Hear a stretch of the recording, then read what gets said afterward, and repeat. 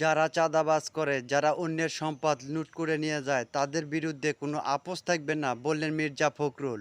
যারা চাঁদাবাজি করে, যারা মানুষের সম্পত্তি লুট করে নিয়ে যায়, তাদের বিরুদ্ধে আমাদের কোন রকমের আপোষ থাকবে না। ঘোষণা আমাদের প্রধান উপদেষ্টা দিয়েছেন যে আগামী ফেব্রুয়ারি মাসে নির্বাচন হবে, মধ্যবর্তী সময়ে, তাই না?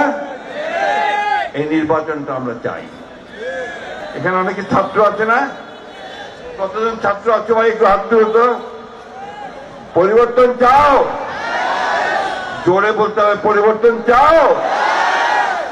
আমার মেহনতি ভাইয়েরা, শ্রমিক ভাইরা, তারা এখানে আছেন না? অনেকে রিক্সা শ্রমিক ভাই, ভ্যান শ্রমিক ভাই, কারখানার শ্রমিক আছেন না? তা হাত তোলেন না। আপনি পরিবর্তন চান? তাহলে আমাদেরকে সেই পথে যেতে হবে। আজকে আপনি ধন্যবাদ দিতে চাই যে আমাদের এই যে অন্তর্বর্তীকালীন সরকার, অনেকে অনেক কথা বলে, অনেকে বকাবকি করে, ঠিক না? হ্যাঁ, তাদের অনেক ভুল আছে, ত্রুটি আছে, তাদের তো অভিজ্ঞতা নাই বেশি।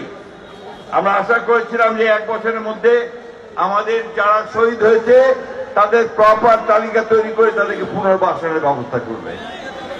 দুর্ভাগ্য, তারা সেটা পুরোটা করতে পারেনি, কিন্তু তারা চেষ্টা করছে। গতকালই এই যে সংস্কারের যে আপনার বৈঠক, সেই বৈঠকটা গতকাল শেষ হয়েছে। আমরা আশা করছি 2-1 দিনের মধ্যেই পূর্ণাঙ্গ রিপোর্ট আসবে।